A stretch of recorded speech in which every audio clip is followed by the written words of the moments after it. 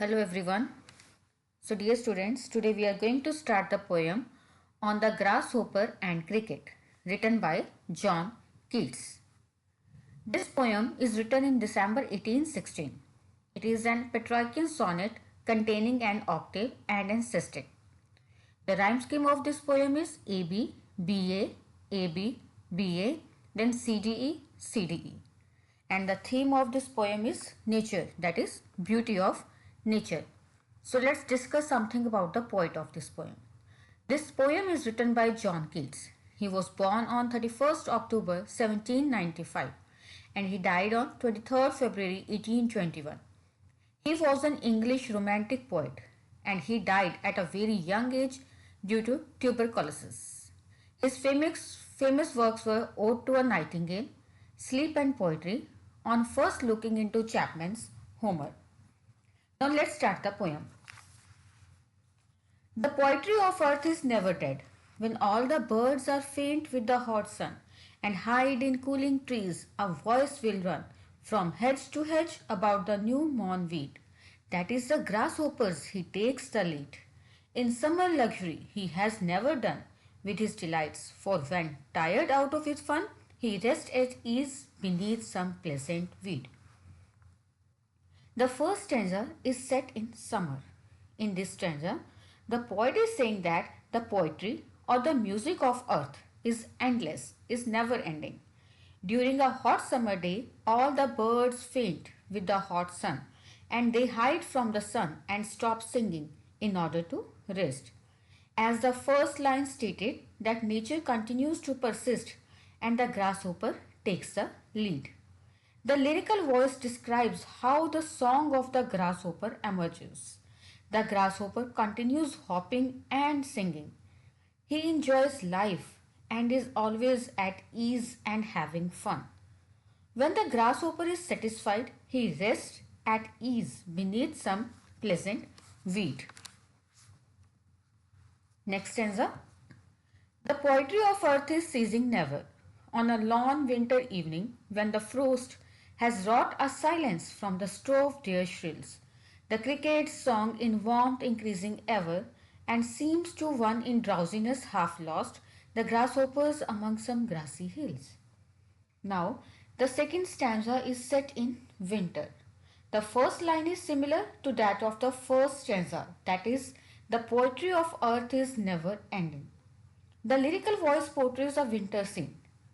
At the beginning of the stanza, silence is mentioned, but this silence is interrupted by an insect song, that is, the cricket's songs. When winter arrives, all creatures shelter from the cold, loneliness, and silence appear to reign. However, the cricket songs emerges and emphasizes the persistent quality of nature. It seems to be increasing in warmth every moment, and half asleep human being feels it to be a grasshopper's songs coming from the grassy hills. I hope this poem is clear to you. So let's have a look on the central idea of the poem.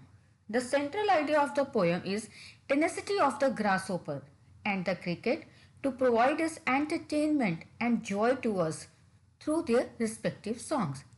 Their songs are the poetry of earth, poetry that never ceases to be, even during extreme circumstances. Now let's start the theme of the poem. Basically, the theme of the poem is nature, beauty of nature. Nature is the major sonnet theme in this sonnet. Nature is seen as a revered figure throughout this poem. It is not difficult to trace the influence the natural world has on Keats as one reads this poem.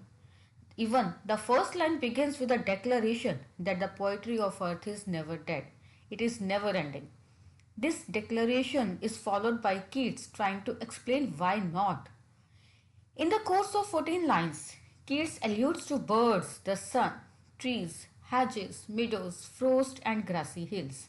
So you can say that the nature is the main theme of this poem. Next theme of this poem is seasons, summer and winter.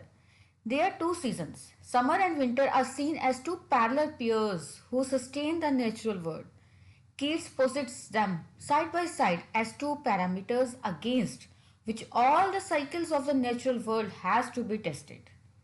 After this putting nature through the test, Keats concurs that grasshopper and the cricket are the ones that can overcome all strife, including the extreme temperatures. Next theme of the poem is hope. Both the grasshopper and the cricket are the symbols of hope. They continue in their daily rituals even when other creatures cannot.